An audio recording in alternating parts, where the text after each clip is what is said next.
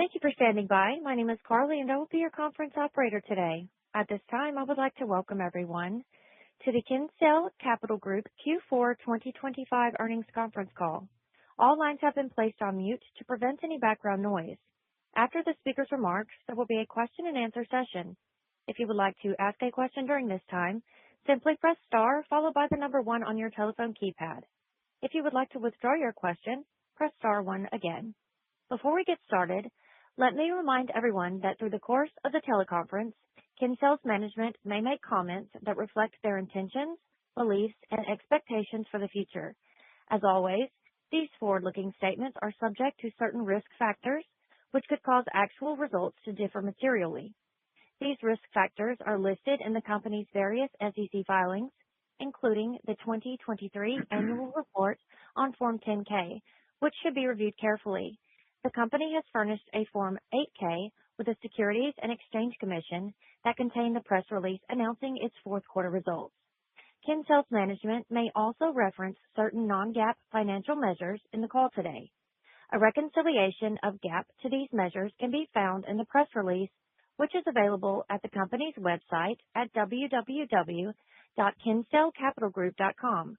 I will now turn the conference over to Kinsale's Chairman and CEO, Mr. Michael Kehoe. Please go ahead, sir. Thank you, Operator, and good morning, everyone. Brian Petrucelli, our Chief Financial Officer, Brian Haney, our President and COO, and Stuart Winston, our Chief Underwriter, are joining me this morning for the call. In the fourth quarter, 2025, Kinsale's diluted operating earnings per share increased by 26%, and gross and net written premium grew by 1.8% and 7.1% respectively over the fourth quarter 2024. For the quarter, the company posted a combined ratio of 71.7% and a full-year operating ROE of 26%. Our book value per share increased by 33% since the year-end 2024, and our float increased by 23%. Overall, E&S market conditions in the fourth quarter continue to be competitive, with the level of competition and our growth rate varying from one market segment to another. As we have noted for the last year or so, much of the recent headwind to Kinsale's overall growth rate is due to the shrinking of our commercial property division, which writes larger catastrophe-exposed accounts and operates in one of the more competitive segments of the market. This decline in premium comes after several years of extraordinary growth. Excluding the commercial property division, Kinsale had growth in gross written premium of 10.2% for the quarter and 13.3% for the year. Given the success of Kinsale's disciplined underwriting and low-cost business model over the last 17 years, we have confidence in our ability to generate best-in-class returns and growth while maintaining a strong balance sheet with conservative loss reserves. It's always important to maintain underwriting discipline, but especially so when the market competition is intense. Likewise, it's in a more competitive moment in the insurance cycle that Kinsale's enormous expense advantage is most impactful. Kinsale last year had an expense ratio under 21%, and many of our competitors tend to run in the mid-30s or higher, some even above 40%. Given the customer's focus on low cost, it's hard to overstate the significance and the durability of this advantage. Another competitive advantage that we speak about frequently is technology. We consider tech to be a core competency of ours, alongside underwriting and claim handling. We own our one core operating system, which we custom built for our operation, and we don't have any legacy software going back 20, 30 years or longer. In addition, we have spent years developing our analytics capabilities with a growing team of actuaries and data scientists who use our data and data we acquire to discern insights and improve decision-making and profitability in our business.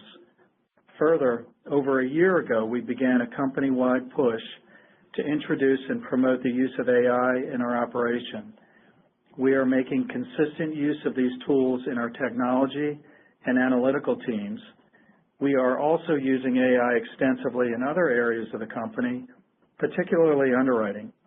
Every employee in the company has access to an enterprise AI license, and we have dozens of bots and agents being used every day in our business process, yielding interesting productivity gains, even at this early stage. Many of these AI innovations will be quickly integrated into our custom enterprise system, and the continued gains we expect for both productivity and improved segmenting and pricing of risk are material. Lastly, given our recent growth rate, we are returning more excess capital to shareholders, mostly through the $250 million buyback authorization that we announced in December. Subject to a variety of considerations, we generally expect to deploy this authorization over the next year or so. Likewise, we announced an increase in our quarterly dividend to 25 cents, up from 17. Note that even with this activity, Kinsale still maintains a conservative level of capital, well above that required by both regulators and rating agencies. And with that, I'll turn the call over to Brian Petrucelli. Thanks, Mike. As Mike just noted, we continue to generate great bottom line results with net income and net operating earnings increasing by 27% and 25% respectively quarter over quarter. 71.7% combined ratio for the quarter included 4 points from net favorable prior year loss reserve development compared to 2.6 points last year, with less than a point in cat losses this year compared to 2.2 points in the fourth quarter of last year. Gross written premiums grew by 1.8% for the quarter, while net written premiums grew by 7.1%. The growth in net written premiums was higher than gross due to an increase in the retention levels when we renewed our reinsurance program June 1st of last year. We produced a 20.8% expense ratio for the full year compared to 20.6% last year. The other underwriting expense piece of the ratio, which is the best measure of the operational efficiency of the business, was 10.5% for the year and about a half point better than 2024. On the investment side, net investment income increased by 24.9% in the fourth quarter over last year as a result of continued growth in the investment portfolio generated from strong operating cash flows. Kinsale's float, mostly unpaid losses and unearned premiums, grew to $3.1 billion at the end of 2024, up from $2.5 billion at the end of 2024. The gross return for 4.4% for the year and consistent with last year. New money yields are averaging around 5% with an average duration of 4 years on the company's fixed maturity investment portfolio. And lastly, diluted operating earnings per share continues to improve and was $5.81 per share for the quarter compared to $4.62 per share for the fourth quarter of 2024. And with that, I'll pass it over to Stuart Winston. Thanks, Brian. The level of competition in the E&S market differs by underwriting group, with some areas experiencing more competitive pressure than others. We continue to see soft pricing around D&O and some other professional lines, and while large shared and layered commercial property lines experienced heightened competition during the quarter, we were able to realize growth in other property lines like small business property, high-value homeowners, inland marine, personal insurance, and agribusiness property. Casualty remained a strong area of growth for the quarter. This growth was led by our commercial auto, agribusiness casualty, general casualty, entertainment, and excess casualty divisions. We will continue to explore new products and enhance our current offerings within these growing areas to capitalize on opportunities throughout the year. Overall, new business submission growth, excluding unsolicited submissions, was up 6% for the quarter. We continue to see a decline in new business submissions in commercial property in the commercial property division that handles large shared and layered deals. However, most divisions are still seeing submission growth, with about half of those seeing double-digit growth. Excluding commercial property, new business submissions were up 9% for the quarter. While our lines of business are experiencing varying levels of competition and pricing pressure, the combined pricing trend is in line with the AmWINS index, which showed a rate decrease of 2.7% compared to a 0.4% decrease in Q3. Although large commercial property placements continue to experience strong rate pressure, other property lines like small business property and inland marine, and casualty lines like commercial auto, excess casualty, and general casualty present opportunities for meaningful rate increases. We remain confident about our position and opportunity in the E&S market.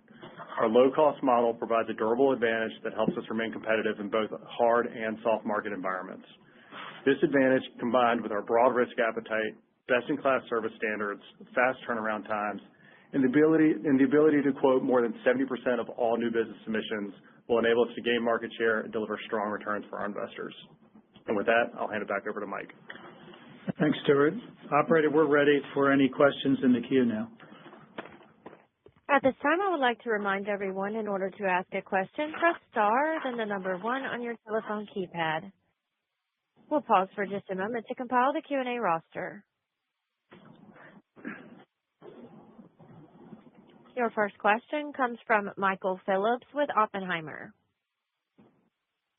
Thank you. Good morning. I guess I wanted to talk on the commercial property, down pretty hard this quarter. Was that a change from what you were seeing last quarter, or maybe did I misinterpret? I thought you were talking about an inflection there. Was there something else that happened that caused that to go down harder than what you said last quarter? Thanks. Yeah, it seemed, I think when we mentioned in the last call in September, October, it seemed like it was stabilizing a little bit. And then November, December, there was an influx from London and some MGAs in that large layered insurance space that caused the deceleration in growth. Okay. And I guess any thoughts on how that might proceed, at least for the next, foreseeable future this year? Is that going to stay where you saw in November, December? This is Mike. It ebbs and flows, month by month, but I would just say in general, at some point after the next couple quarters, it should stabilize. Okay, thanks. Thanks, Mike. Stuart, last quarter, you said the excess casualty rates were holding strong, and you mentioned it again this quarter. I guess if we specifically, I don't know how much of your commercial casualty is commercial auto. Can you say what percent that is, and maybe a little bit more on what you're seeing? And you said commercial auto rates were moving up. What are you seeing there in terms of loss trends? And again, just how much of that is commercial auto in your excess casualty? It's actually a pretty small percentage in our actual excess casualty book, and even with our commercial auto division, without getting into the details, it's actually there's no primary auto, and it's a small portion of excess wheels. Okay. Yeah. Thank you. Yeah, that's all I had. Thank you very much. Okay. Thanks, Michael. Your next question comes from Andrew Andersen with Jefferies. Hey, good morning. On the submission figure that you quoted of up 6%, I think you added excluding unsolicited submissions. Is that like for the 6% in 3Q, or is that a different methodology now? That's the same. That's the same. Okay, thanks. And then, could you maybe just talk about what you're seeing in business retention ratios, not so much the retention versus reinsurers, but just year-over-year business retention, and maybe just some color on how you're thinking about any flow back to the admitted market that you may be seeing in either property or casualty? Yeah, Andrew, it's Mike. I think our renewal retention's in the very low 70% range, and that's been pretty steady. We don't see a big movement there. And in terms of move to standard lines, I would just say it's a very dynamic marketplace overall. There's always business moving back and forth, but we don't see any uptick in movement away from the E&S market overall. Your next question comes from Mike Zaremski with BMO. Hey, morning. Thank you. Just wanted to make sure I'm teasing this out correctly. Is the most of the decel and the growth rate on premiums is coming from property, kind of larger account, shared and layered? If that's correct, maybe you can kind of help us with kind of what percentage of the portfolio at this point is made up of that type of business at this point. I know it's been shrinking. Yeah, Mike, this is Mike. We're going to publish that next week in our K. If you look at our investor slide deck on the internet, we break out all the divisions. I think it's through the end of 2024. 4, and that'll be updated at the same time with the 25 stats. But yeah, it's essentially the commercial property division. It was our largest division last year, and they're larger accounts, and they're just subject to a much more intense level of competition. I think Stuart mentioned the fact that all of our other 5 or 6 property divisions are experiencing pretty robust growth. They're just off a smaller premium base at the moment.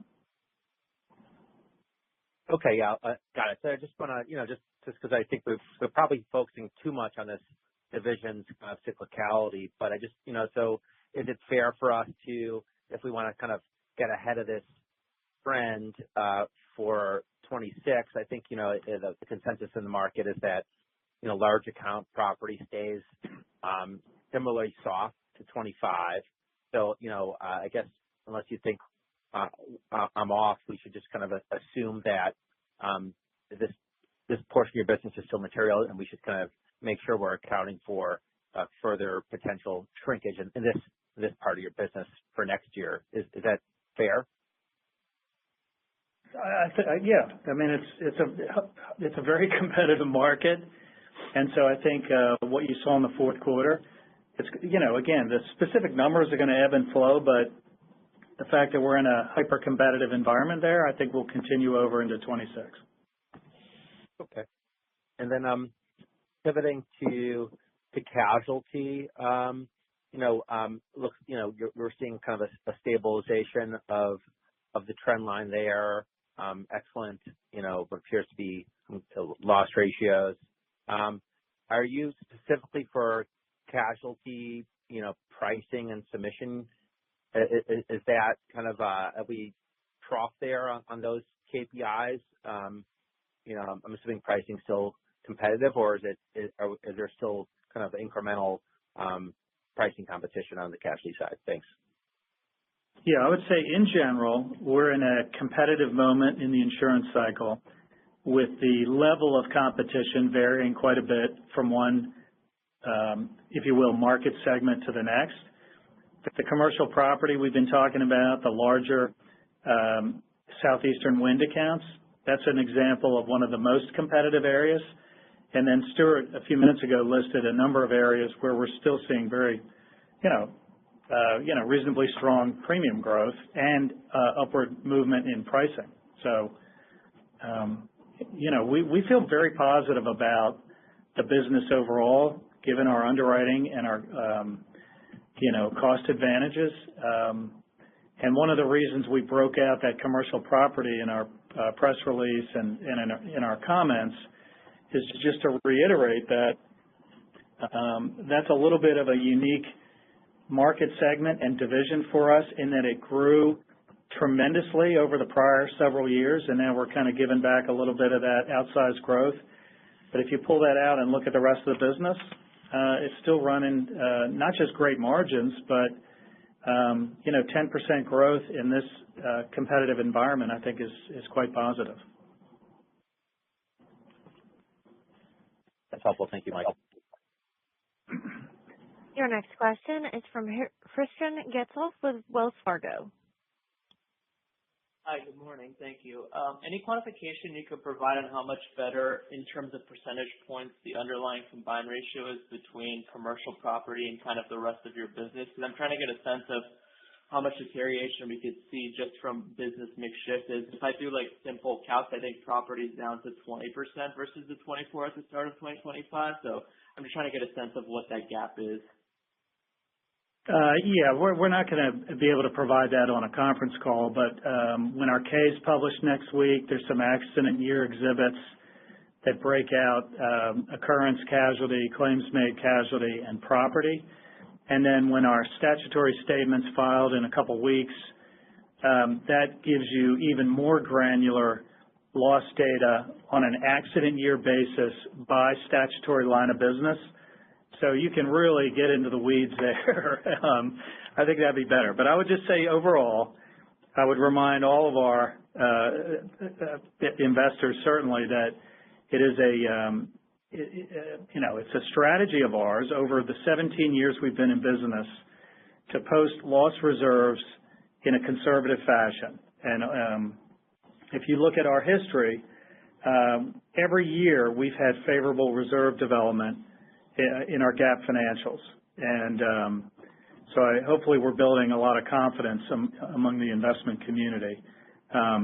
We have also commented that over the last couple of years, we've been quicker to release IBNR, so reserves for future claims, from the short tail lines of business like property, and we're being a little more cautious on the long tail lines like casualty.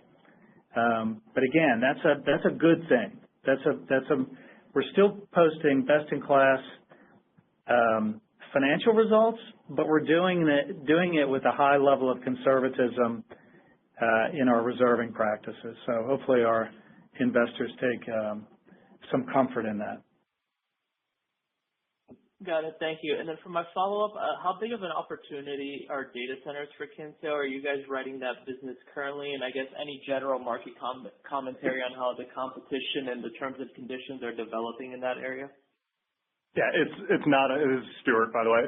It's not a meaningful percentage of our book of business in property or casualty. The limits required on those placements is just not where we're competitive. Thank you. Your next question comes from Mark Hughes with Truist. Yeah, thanks. Good morning. Morning, Mark. I think, Stuart, you had mentioned that in November and December in property, you saw an influx from London and MGAs. Anything in casualty on that front? Did you see a little more competitive pressure across the board? There's always been competition from the MGAs and fronting companies on the casualty side, but no real increase in the quarter. Yeah. When you look across the industry as a whole, it seems like casualty has meaningfully decelerated from 3Q to 4Q. Is that pricing? Is that competition? Is it business going to other carriers or non-public carriers? I think it's just the normal variability in the market, Mark, between quarter to quarter. Very good. Very good. Brian, you talked about the expense ratio. How much impact this quarter just from the mix shift, maybe lower ceding commission from lower property? Yeah, I think we didn't break out the components by quarter, Mark, but the portion of the expense ratio related to net commissions was relatively constant with the third quarter. I think we mentioned, and I've mentioned in the past, sort of looking at it quarter by quarter, there is a fair amount of variability, so we're sort of guiding you to the annual metric. But again, I commented in my remarks that, hey, the other underwriting component of the expense ratio did improve by about a half point year over year. Okay. So one could assume mix might account for a little bit of an uptick in the expense ratio? Yeah, exactly. Yeah. And then how about kind of new business trends, excess versus primary? Has there been any material shift in that? If excess is more attractive, are you leaning into that, or is it still more balanced? It's still pretty balanced. The mix has stayed pretty similar since day one. Very good. Thank you. Thanks, Mark. Your next question comes from Joe Tamillo with Bank of America. Hey, good morning, guys. Just a quick question. I know obviously social inflation and increased litigation has been much more prevalent in the larger accounts, but I wasn't sure if that was starting to migrate at all, more towards the area you guys typically play in. Do you have any comments there on how that environment's kind of shaping up? Joe, this is Mike. There's plenty of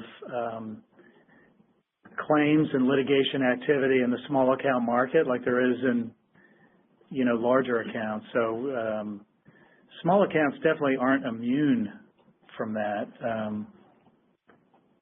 I don't know that there's any pronounced change in recent months, but it's, the litigation industry in the United States is large and growing, and the plaintiff attorneys are entrepreneurial as hell, looking for, new ways to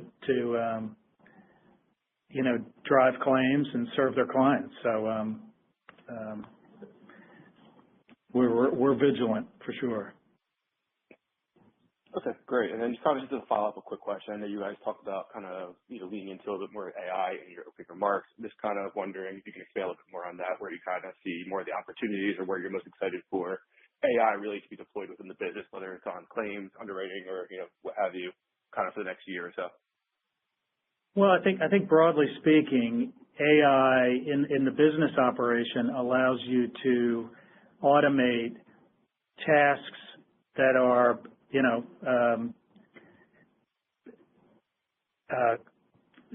repetitive and whatnot. And so it's a cost savings opportunity. It's an opportunity to drive better customer service. It's an opportunity to reduce errors in a business. We had, give or take, 1 million submissions last year. So hundreds and hundreds of thousands of quotes and policies.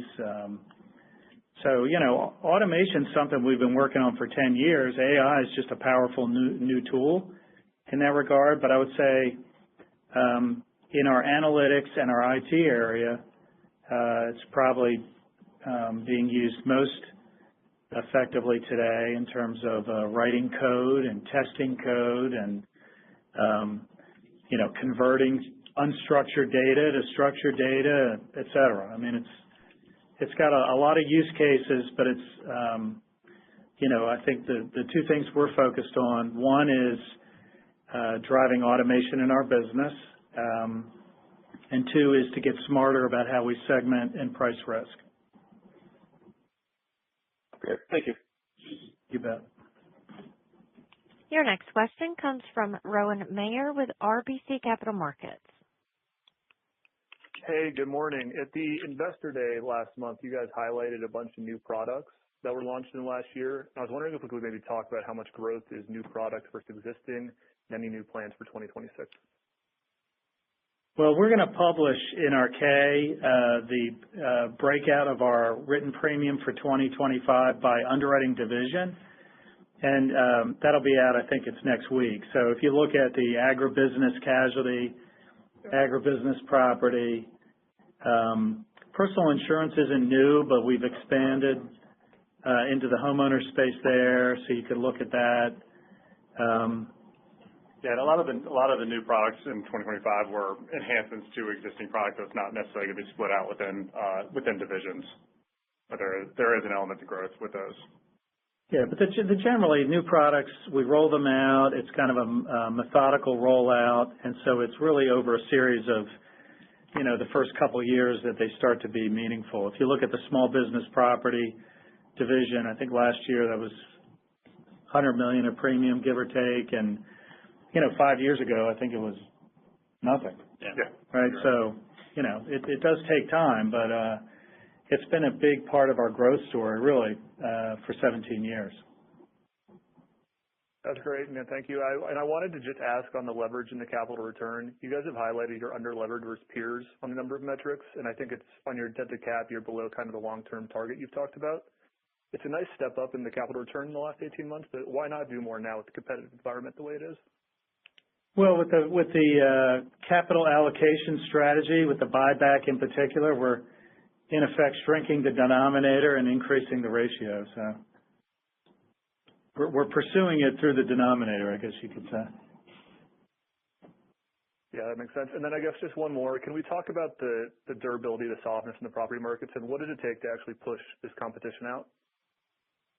Well, keep in mind, we're talking about intense competition in these larger southeastern wind accounts in particular. But in our agribusiness property, inland marine, high-value homeowners, personal insurance, small business property, they may have all grown in the double digits in the quarter. So, it's just a reminder that the market does not move monolithically. It's a whole series of individual segments that kind of ebb and flow independently. That's great. Thank you so much. Your next question comes from Bob Singham with JP Morgan. Hello, it's Pablo from JP Morgan.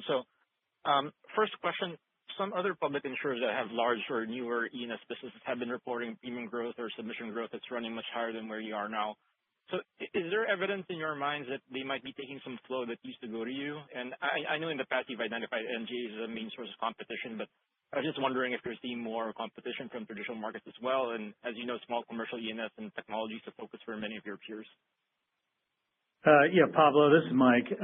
I would answer that question this way. We're bullish on our opportunity. We're working hard to grow, but we're in a much more competitive environment overall. And so you have to be careful in balancing the growth with the, profitability of the business. I can't really speak for other companies and what they're doing, but I would say our investors should have a lot of confidence that Kinsale's producing not only very strong margins, but that we're continuing to grow and take market share, with the one caveat that we've got one, large division that, if you will, is going through a little bit of a unique correction. But overall, if you look at the disciplined underwriting model and the low-cost platform, we're confident we're going to continue to grow, take market share, and deliver very quality returns at the same time. All right. Thanks, Mike. And I guess just following up on the expense advantage, right? So I guess philosophically, how do you think Kinsale demonstrates or exercises that advantage in this market, right? So effectively, are you willing to write at ROEs below 26% but still above your minimums, or does your approach to sort of let the market do what it does and you'll just, keep on printing 26% ROEs for the foreseeable future? Well, we manage our each product line to a, I would call it a low 20s ROE or greater. And, of course, in an insurance company, you don't know the cost of goods sold immediately, right? So there's some assumptions there. Those assumptions, I think, lean into the conservative side. And so, historically, we've outperformed our target. I don't think that would change overnight for sure.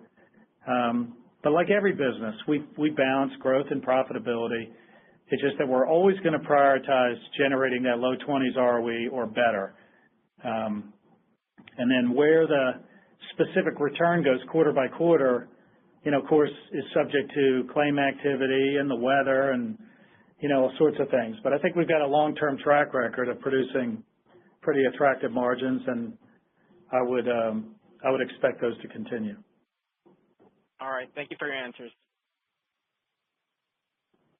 Your next question comes from Andrew Kligerman with TD Cowen. Hey, good morning. Could you provide a little more clarity on the casualty lines and the rates that you're getting on the new business and the degree to which those rates are ahead of loss costs or maybe even not ahead of loss costs? Andrew, that's a tough question to answer on a conference call like this because, again, we've got 25 different underwriting divisions. They're operating in very unique market segments in terms of the coverages they sell, the industries that we target. And, as Stuart mentioned, right, our commercial auto is experiencing, strong price increases. Management liability, I think those rates are probably down. Non-medical professional liability, they're down. The commercial property division, clearly those rates are down in the quarter. So, we kind of directed in our comments to look at the Amwins pricing index. I think that's a good composite of what, Amwins is a very large wholesale broker. They see a ton of business, and I think they've got a really interesting window into pricing trends across the industry, and I think that's probably the best point of reference we can, guide you to. That's very fair. And I guess what I was trying to get at, even with that question, is you've got pressure in property, it sounds a little mixed in casualty on rate. And I mean, and I get that the 75% combined ratio in part is due to your expense ratio, but your loss ratio is outstanding. It's exceptional. So given what the mosaic is with pricing right now, should we expect the underlying combined of 75 to kind of drift up gradually over the course of the next year, 2 years, 3 years? We don't really offer guidance going out like that. I would just say, we're in a competitive environment. Some of our results on an annual basis are driven by things we don't directly control, like the weather or what have you. Right. In general, we are managing to, a low 20s ROE or better. We're very conservative in setting aside loss reserves to pay claims that are reported in the future, right? So investors should have a lot of confidence in our balance sheet. We've got competitive advantages that are, in my opinion, quite significant. If you look at, if we have a 15 percentage point cost advantage and we're in a commodity business where the customers want and focus on cost, sometimes over and above everything else in the transaction. So I think that's probably the best guidance we can offer. We're bullish on our opportunity. It's a competitive environment. We're quite conservative in the reserving. And, the actual results obviously are going to ebb and flow quarter by quarter, but I think our investors should expect us to generate very high and attractive returns for the foreseeable future. Got it. Thank you, Mike. Okay. Our next question comes from Mike Zaremski with BMO. Hey, thanks.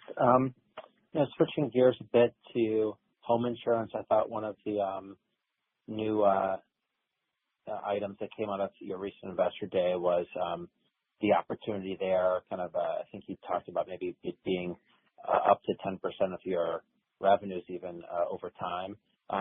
If as long as it's not too competitive and you're willing to share any color, any thoughts on kind of how that's shaping up in terms of nuances on the types of policies you're at the offering in the states and the trajectory of growth there? Thanks. Yeah, this is Stuart. The homes product is definitely a long-term project for us. We're starting small, the crawl, walk, run mentality that Mike mentioned earlier. And where the opportunity to expand exists, we're going to take that opportunity to expand and do so profitably.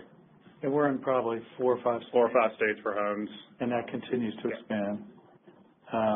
The manufactured homes are in 15. 15. About 15 states, and we're expanding the geography within the state, diversifying away from coastal there. And then we write high value homes in another slug of states. Yep. So it's an ongoing process, but we're bullish. You are seeing across the industry a little bit more premium being pushed from the standard to the non-standard side in the homeowner space. And obviously we're leaning into that in order to try to take advantage. And just as a follow-up, it sounds like this is both high value and not high value. Are these like atypical, like standard market policies in terms of just much higher deductibles or different, exclusions? Just is there any broad brush you can paint? Thanks. Yeah, it's a mix. I mean, it could be a pretty standard policy, but there's also some in tough areas that might have non-standard exclusions in there.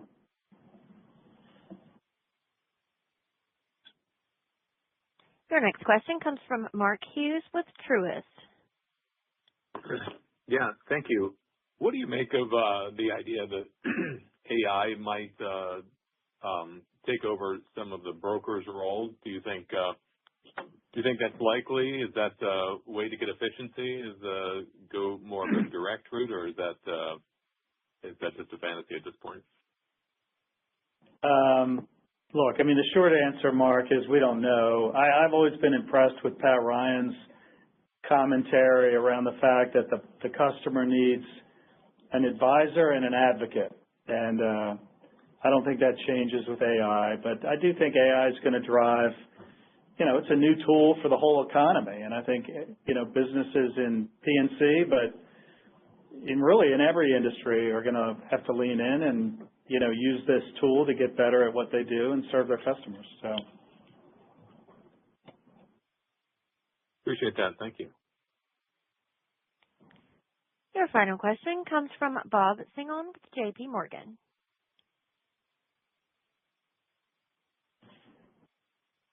Bob, your line is open. Hi. Yeah, sorry. It's Pablo again from J.P. Morgan. So I guess first question, with growth slowing, is there an opportunity on your end to take up a reinsurance retentions and therefore just retain more premium economics? Is that something you're actively considering? Yeah, Pablo, this is Mike. We've looked at retentions in our reinsurance program. We look at it every year, and we're constantly making adjustments to settle on what we think makes the most sense for the company and managing volatility and that type of thing. So, yeah, absolutely. Our program renews on 6/1, so we'll be starting that process here, in the next month or so. All right. Thanks, Mike. And then last question for me. So if we just focus on your book, X large account, right, growth has been slowing there too. It's still a good level, but it's been slowing. So I think it was 22% in 24 and 25 is 13%. So I realize this line of questioning might be too simplistic, but is that slowdown more a reflection of pricing or submission flow? And if both, how would you break down the attribution? I would characterize it as mostly a function of just increased level of competition. And as the competition increases, if you're a disciplined underwriting company, you just have to be a little more cautious. Maybe the submission flows down slightly, but commercial property, I think it was 9%. I think maybe 2 years ago, maybe mid-teens. Yeah. So, yeah, it's down a little bit, but, still pretty robust. And, the 13% growth overall, commercial property, I think is pretty strong if you look at how all the public brokers that have reported growth rates, I think tend to be kind of, low to mid-single digits. So I think it speaks to the competitiveness of our model, even in a competitive moment in the cycle, and hence, that's why we continue to be bullish on our opportunity. All right. Thank you, Mike. Okay, Pablo. There are no further questions at this time. I'll now turn the call back over to Mr. Kehoe for any closing remarks. All right. Well, I just want to thank everybody for participating, and we look forward to speaking with you again in the near future. Have a great day. Ladies and gentlemen, that concludes today's conference call. Thank you for participating. You may now disconnect.